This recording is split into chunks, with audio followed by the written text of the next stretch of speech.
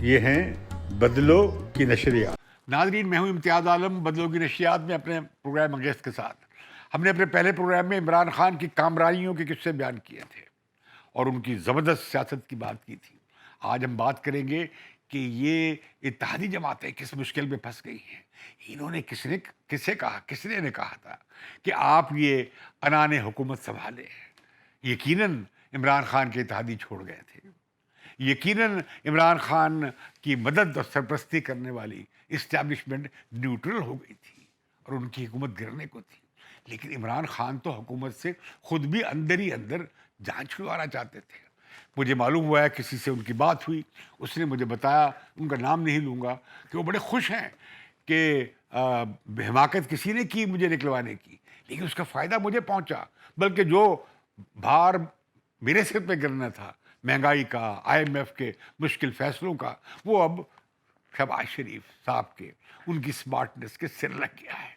تو شہباز شریف صاحب نے اپنی پاکستان سپیڈ کی خوش فہمی میں وہ بھار اٹھایا، اور اس بات پہ اٹھایا بھار کہ وہ اسے ٹرن اراؤنڈ کر دیں گے. وہ بڑے ایفیشینٹ ہیں اور وہ 6 مہینے کے بعد سنبھال کر معیشت کو عوام کے پاس سرخ ہو سکیں گے. وہ دن تو نہ جانے کہاں دور کہاں ہے، وہ آئے گا بھی یا نہیں آئے گا. لیکن اس عرصے میں سب سے بڑی بات یہ ہوئی کہ نون لیگ اپنا بیانیہ ووٹ کو عزت دو کا بیانیہ گوا بیٹھی. لگتا یہ ہے کہ نواز شریف کے بیانیوں کو تحریک نون لیگ کے موقع پرستوں نے اور پی ڈی ایم کی پارٹیوں والوں نے مل کر اسے سائیڈ لائن کر دیا. وہ اسٹیبلشمنٹ کی طرف دیکھنے لگے اور انہوں نے اس حکومت کو بنایا، اس کے باوجود کہ 2 لوگوں کی اکثریت تھی. میں سمجھتا ہوں کہ یہ فیصلہ بڑا غلط تھا جو آج ان کے گلے پڑ گیا ہے، اور مشکل پیش آ رہی ہے کہ اس سے کیسے نکل پائیں. ان کی 3 غلطیاں کی. نمبر 1، انہوں نے غلط وقت پہ عمران خان کے خلاف عدم اعتماد کیا. عمران خان کی حکومت چلنے دیتے، عمران خان کو اپنے بویا ہوا کاٹنے دیتے، عمران خان کو کا ٹکٹ لینے والا پاکستان میں نہ ہوتا. آپ کو یاد ہے جب نواز شریف کا بیانیہ چل رہا تھا اور مریم نواز اس بیانیے کو لے کر خوب پاپولر ہو رہی تھی، تو اس وقت کیا ہو رہا تھا؟ اس وقت یہ ہو رہا تھا کہ جی یہ جو بڑا بلو چپ ہے سیاست کے اسٹاک ایکسچینج پہ، پنجاب میں نون لیگ کا ٹکٹ سب سے زیادہ اس کی مانگ تھی اور اس کی سب سے زیادہ قیمت لگ رہی تھی. اور یہاں تک کہ 30-40 M P s P T I کے چھوڑ کر اس امید پر ڈیفیکٹ ہونے کے تیار تھے اگر انہیں مسلم لیگ نواز کے ٹکٹ کی یقین دہانی کرا دی جائے. اور جو انہوں نے بڑی جنروسٹی کے ساتھ، بڑی خوش دلی کے ساتھ وہ آفرز قبول بھی کر لی اور انہیں ٹکٹ دینے کا یقین بھی دلا دیا. جب انہوں نے لوٹوں کو کھڑا کیا تو عمران خان لوٹوں کے خلاف اتنی فضا بنا چکے تھے کہ وہ 11 آزاد امیدوار بھی جنہیں کہا جاتا تھا الیکٹیبلز ہیں، جو بعد میں جیت کر عمران خان میں شامل ہو گئے تھے، مسلم لیگ نواز کے ووٹ کے باوجود وہ سب کے سب ہار گئے. عوام نے انہیں بہت زوردار شکست دی ہے، دندان شکن شکست دی ہے.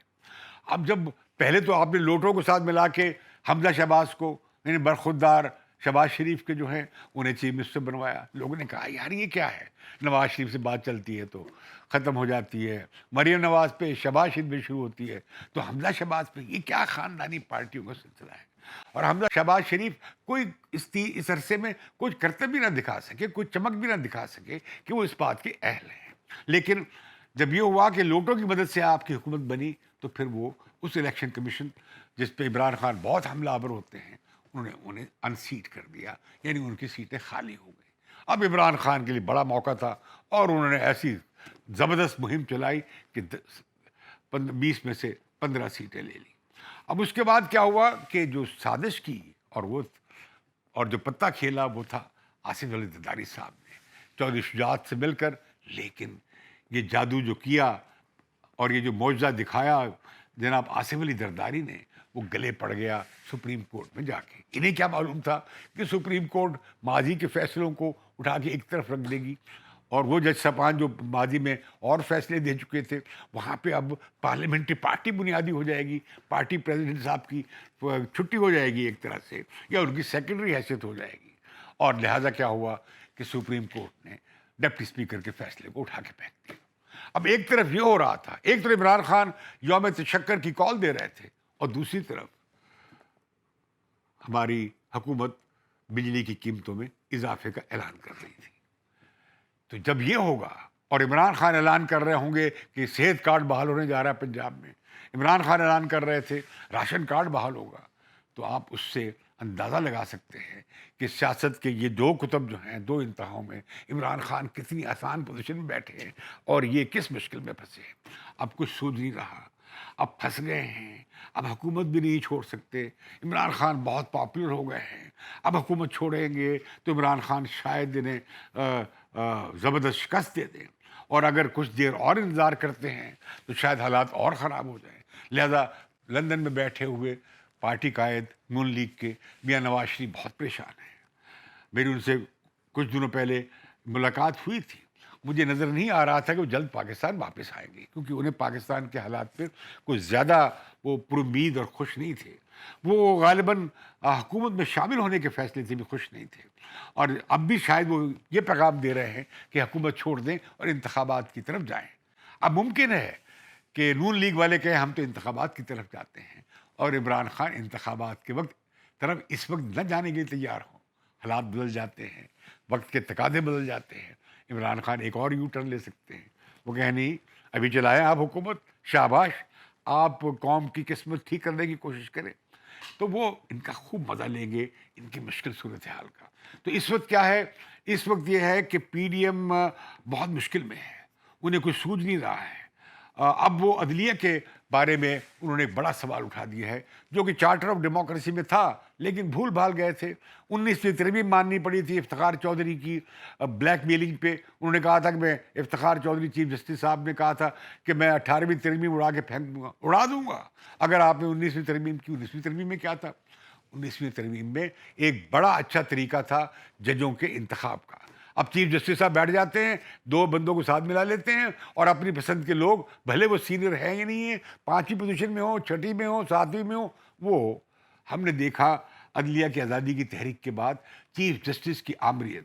یہ بلاول بھٹو نے غلط نہیں کہا کہ پہلے 58(2)B صدر کے پاس تھی، اب 58(2)B سے حکومتیں ایک نئی طرح کی 58(2)B آ گئی ہے، وہ ہے سپریم کورٹ اور وہ بھی چیف جسٹس.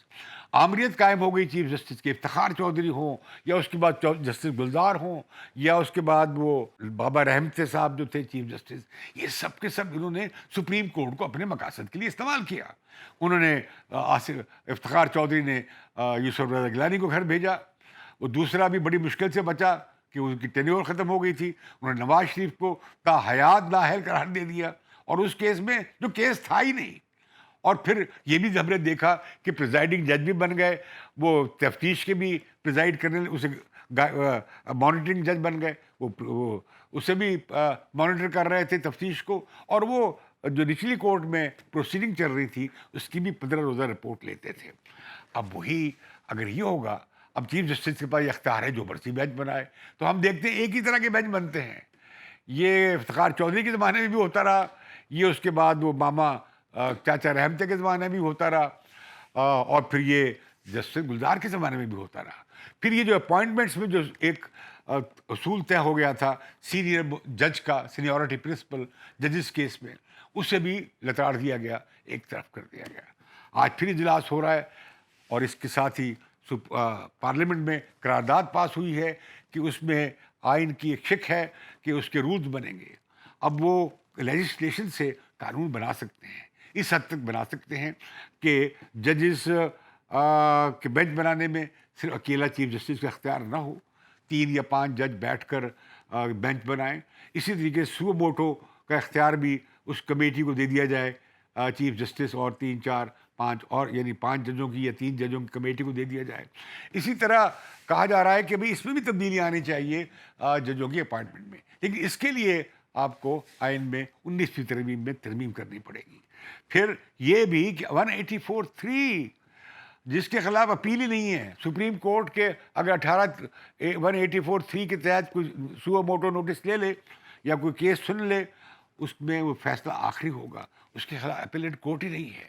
اور پاکستان کی سپریم کورٹ عجیب ہے کہ دنیا بھر کی جو کانسٹیٹیوشنل آئینی عدالتیں ہیں اس میں پوری عدالت بیٹھتی ہے، فل کورٹ بیٹھتا ہے، یہاں کیا ہوتا ہے، 5 جج بیٹھ جاتے ہیں، 2 اختلاف کر لیتے ہیں، 3 اٹھا کر آئین کی ایک شق کی جو چاہیں ری رائٹ کر دیتے ہیں، جیسے کہ 163 اے کے ساتھ ہوا ہے. وہ شق ہی آلموسٹ ڈس فنکشنل ہو گئی ہے، کیونکہ اب آپ ووٹ دیں گے 3 نقطوں پہ پارٹی مینڈیٹ کے خلاف، تب بھی آپ کا ووٹ کاؤنٹ نہیں ہوگا. آپ ووٹ دیں نہ دیں بجٹ پاس ہو جائے گا، آپ ووٹ نہ دیں نہ دیں تب بھی وہ آئینی ترمیم پاس ہو جائے گی. عدم اعتماد کا ووٹ ہو یا اعتماد کا ووٹ، وہ بھی ہو جائے گا. تو یہ جو جس طرح کی آئین کو ری رائٹ کیا گیا، اس پہ بڑا غصہ ہے پوری وکلا برادری میں. اور وکلا برادری ایک عرصے سے مطالبہ کر رہی ہے کہ جی یہ سپریم کورٹ کے پروسیجرز کو ٹھیک کیا جائے.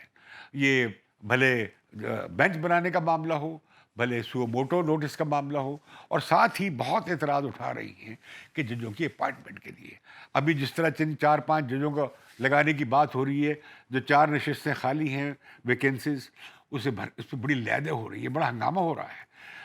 چیف جسٹس ہائی کورٹ کو پروموٹ نہیں کیا جا رہا، اور وہ سندھ سے 5ویں 6 7ویں نمبر سے لوگ لیے جا رہے ہیں.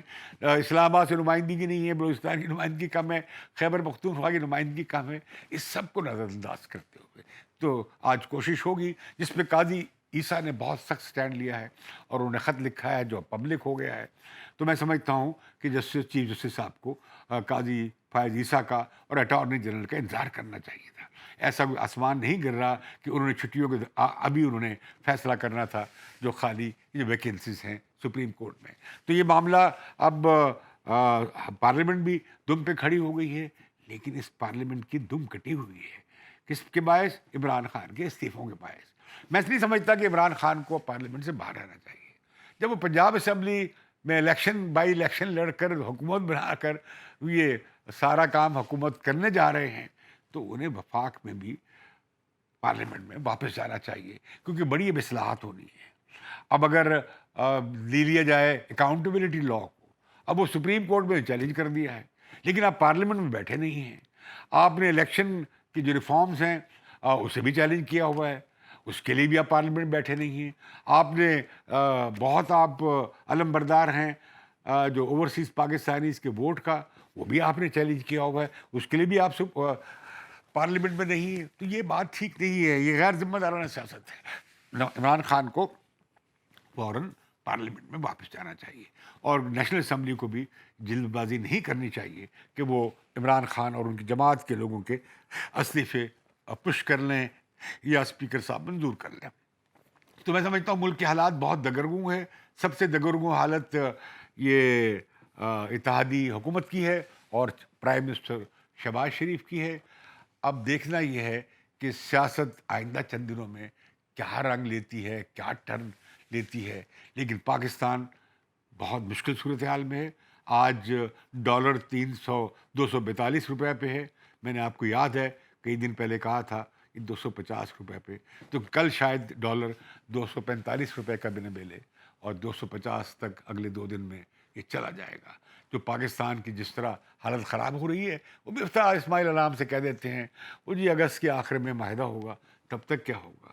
وہ کہتے ہیں فری مارکیٹ اکانومی کا پرنسپل ہے، اگر ڈالر کی سپلائی بڑھ جائے گی تو روپیہ کی قدر بڑھ جائے گی، نہیں ہوگی تو ڈالر کی ویلیو بڑھ جائے گی. وہ کیا باتیں کر رہے ہیں؟ انٹرونشن کرتی ہیں اسٹیٹ. ساری اسٹیٹس کہیں بھی جہاں فری مارکیٹ اکانومی ہے، کیا وہاں اسٹیٹ انٹرونشن نہیں کرتی؟ کیا امریکہ میں نہیں کی گئی؟ یہ کووڈ کے دوران نہیں کی گئی؟ جب 1998 میں کرائسس آیا تھا بہت بڑا، جب معاشی بحران آیا تھا، تو کیا اس وقت امریکن گورنمنٹ نے انٹرونشن نہیں کی تھی؟ کارپوریشنز کو، بینکوں کو انہوں نے سالویج کیا تھا، اور انہوں نے انٹرونشن کی تھی مارکیٹ میں. تو لہذا مارکیٹ میں اسٹیٹ انٹرونشن کرتی ہے. آپ کہاں بیٹھے ہیں میاں شہباز شریف صاحب؟ آپ فوراً ایکشن لیں. زمین آپ کے پاؤں سے کافی نکل گئی ہے. یہ نہ ہو کہ یہ سب ہجوم پرائم منسٹر ہاؤس کی طرف چل پڑے. خدا وقت نہ لائے. میں سمجھتا ہوں کہ حکومت کو چاہیے کہ وہ عمران خان کو بات چیت کی دعوت دیں، جس میں انتخابات کی تاریخ بھی شامل ہو. اب مجھے نہیں لگتا کہ اگر آپ پرولونگ کریں گے تو آپ کے لیے کوئی اچھا وقت زیادہ آنے کے امکان مجھے کم ہوتے نظر آ رہے ہیں. گزشتہ روز جوڈیشل کمیشن آف پاکستان کا اجلاس ہوا، جس میں 5-4 کی اکثریت سے چیف جسٹس آف پاکستان کے پرپوز شدہ یا recommended chief justice supreme court کے ججز کو رد کر دیا گیا، اور اس کے بعد جو پریس ریلیز جاری کیا گیا اس پر بھی جسٹس قائد عیسیٰ نے اعتراض کیا کہ وہ جو ہوا اس اجلاس میں ویسا نہیں تھا جیسا کہ اجلاس میں ہوا. تو لہٰذا اب ایک اور نیا ڈسپیوٹ کریٹ ہو گیا ہے. یہ جو مومنٹم بات پکڑتی جا رہی ہے کہ چیف جسٹس پاکستان عامر نہ بنے، جیسے کہ ہم دیکھ چکے تھے کہ کس طرح سابق چیف جسٹسز نے سپریم کورٹ کو اپنے سیاسی مقاصد کے لیے اعلی کار بنا لیا تھا. اب مطالبہ کیا جا رہا ہے کہ چیف جسٹس پاکستان بینچ بناتے وقت یا روسٹرم طے کرتے وقت باقی ججز سے بھی رائے لیں اور اس کے مطابق فیصلہ کریں. سو موٹو نوٹس بھی اس ججز کی کمیٹی کے سپرد کیا جائے. اسی طرح ججز کی اپوائنٹمنٹ کے معاملے میں جو سوالات اٹھ رہے تھے اس کی حقیقت سامنے آ گئی کہ کس طرح سینئر ججز کو ایک سائڈ لائن کیا جاتا رہا ہے اور جونیئر ججز کو اپنی پوزیشن مضبوط کرنے کے لیے سپریم کورٹ میں اپوائنٹ کیا جاتا رہا ہے. اب یہ بات جڑ گئی ہے اس بات کے ساتھ جس کا کہ 3 رکنی بینچ نے جس طرح کا فیصلہ کیا تھا. آج اس کے خلاف پی ڈی ایم کی پارٹیز بہت احتجاج کر رہی ہیں. دوسری طرف عمران خان کی فارن فنڈنگ کے حوالے سے پھر ماحول گرم ہو گیا ہے، اور اس ماحول کی گرمی میں وجہ بنی ہے فائنینشیل ٹائمز کی ایک تحقیقاتی رپورٹ جس میں بتایا گیا ہے کہ ابراج گروپ نے کس طرح عمران خان کو اور اللہیان جو ہیں منسٹر فار ٹالرنس یو اے کے، انہوں نے کس طرح پیسے بھجوائے تحریک انصاف کے فنڈ میں، حالانکہ اعلان کیا گیا تھا کہ یہ فنڈنگ جو ہے یہ کسی خیراتی مقصد کی جا رہی ہے. لیکن وہ فنڈ ابراج گروپ کے لیڈر نقوی صاحب نے، جو ان کی چیف ایگزیکٹو ہیں، انہوں نے وہ فنڈز ٹرانسفر کر دیے پی ٹی آئی کے اکاؤنٹ میں. یہ کوئی $2 ملین سے زیادہ کا معاملہ ہے. اسی طرح $2 ملین دبئی کے شہزادے نے بھجوائے جو پی ٹی آئی کے اکاؤنٹ میں گئے. یہ ابراج گروپ وہی ہے جو کے الیکٹرک کو بھی چلاتا رہا ہے اور یہ باقی لیڈرز کو بھی دعوتیں دیتا رہا ہے. یہ ورلڈ اکنامک فورم میں بھی اپنی ایسی میٹنگز ارینج کرتا رہا ہے کہ جس میں کہ وہ سیاستدانوں کو اپنے کو انفلوئنس کر سکتے ہوں. اس میں میاں نواز شریف بھی شامل تھے. اب مل گیا موقع اتحاد کی حکومت کو آن سلاٹ کا عمران خان پہ، جو اخلاقی محاذ وہ کھولے ہوئے تھے ماضی کی پارٹیوں کے خلاف چور چور کہہ کر. اب جواباً پی ڈی ایم کی جماعتوں کو ایک زبردست قسم کا پتہ ہاتھ آیا ہے، اور اب وہ فائنینشیل ٹائمز کی رپورٹ کو لے کر عمران خان کے خوب پر خچے اڑا رہے ہیں. پی ڈی ایم کی جماعتوں کو ایک بہت سنہرا موقع ہاتھ آیا ہے کہ وہ مطالبہ کریں کہ فارن فنڈنگ کیس کا فیصلہ کیا جائے. لیکن فارن فنڈنگ کیس میں آپ عمران خان اور اس کی جماعت کو اور تحریک انصاف کو فارغ نہیں کر سکتے. انہیں سیاسی میدان سے بالکل نکال. پارٹیاں ایسے نہیں سیاسی میدان سے نکلتی، سیاسی عمل سے نکلتی ہیں. زیادہ سے زیادہ آپ کچھ لوگوں کو کچھ وہ اکاؤنٹ میں جو پیسے آئے ہیں انہیں ضبط کر سکتے ہیں اور کچھ لوگوں کے خلاف کارروائی بھی کر سکتے ہیں. لیکن اب یہ پی ڈی ایم کی پارٹیز کہہ رہی ہیں کہ کسی طریقے سے کہ عمران خان نے ہر آڈٹ رپورٹ کے ساتھ اپنا ایک سرٹیفکیٹ ایشو کیا جس میں انہوں نے قسم کھائی کہ یہ اکاؤنٹ بالکل صاف ستھرے اور کھرے ہیں. اس کے باعث اس جھوٹ بولنے پر ان کے خلاف صادق اور امین کی دفعہ لاگو ہو سکتی ہے، جس کے تحت نواز شریف پہلے ہی سیاست سے تاحیات بدر کیے جا چکے ہیں.